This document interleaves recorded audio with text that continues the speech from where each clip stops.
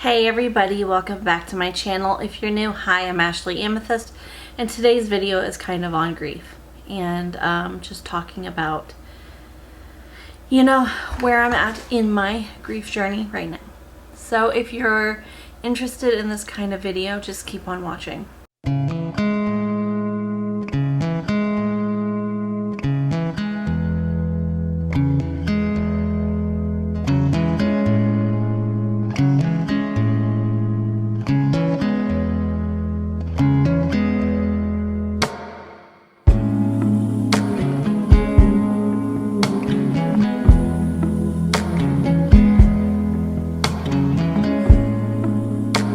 It's hard when you don't get the time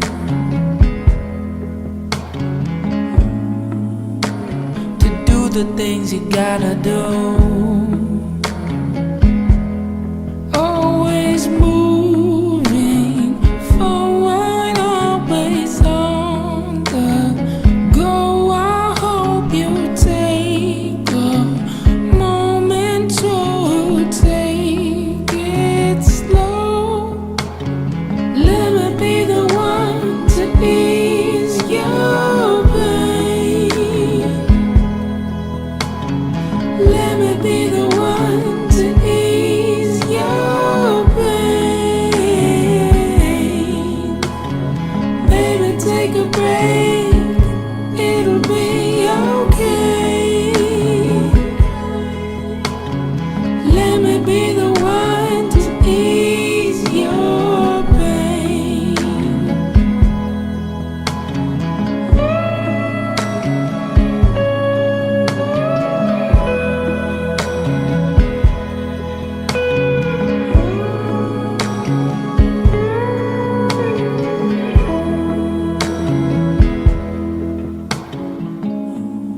Know sometimes that it doesn't make sense. So I hope you liked that little segment of me going down to Vero. It was the first time that I walked into the restaurant Bobby's. And today's video is going to be on like overcoming things that put either trauma on you or a negative memory. And while Bobby's does not give me a negative memory, the city of Vero Beach gives me a negative memory. And it's sad somewhat because I want to be able to show my boys and my future children where I grew up, the high school I went to, and things of that nature. But unfortunately I have to deal with the memories of losing my dad every time I drive over the bridge to go to the island. And also the memories of the kid that took advantage of me when I was in 8th grade. Or I have to think about the trauma I went through with a high school boyfriend, or the trauma I went through when I got bullied at my high school. And these things get brought back up because when trauma happens, it doesn't just go away. Trauma sticks with you. And a lot of the reason had to do with grief over losing my dad. Until a couple of years ago, when we lost my mom, my brothers mentioned to me that my dad was given a really harsh diagnosis and sentence when I was just 5. When I was 5 years old, I guess my dad was the year he was diagnosed with coronary artery disease, and his was so extensive that they didn't believe he would ever see me graduate high school. They didn't believe he would ever see me grow up. And when I knew that, I finally could accept his death. Everything was just, I don't know if it was just something that worked for me, but it was finally like I was at peace because he was at peace. And all day today I have been in a mood, and a little bit yesterday because my husband and I got into a tiff. And yesterday I was in a funk. I was moody, I was emotional, I was crying, I was angry at everybody. And my husband and I got in a tiff. And, you know, it happens to the best of marriages. And I'm still mad about it today. And that's not really his fault. It's my fault. I don't really want to talk about it. I don't want to talk about how I was just, like, crying hysterically yesterday. And that my 9-year-old was, like, worried. I don't want to talk about things like that because you want to be strong, right? But I just need to get over my fear of being considered a pain in the ass. I need to be able to share my emotions, right? So there's that. And today went off better than I thought. Grief to me is like wave. So wave. I don't know if that, maybe that's a fish, I don't know. Wave, there you go.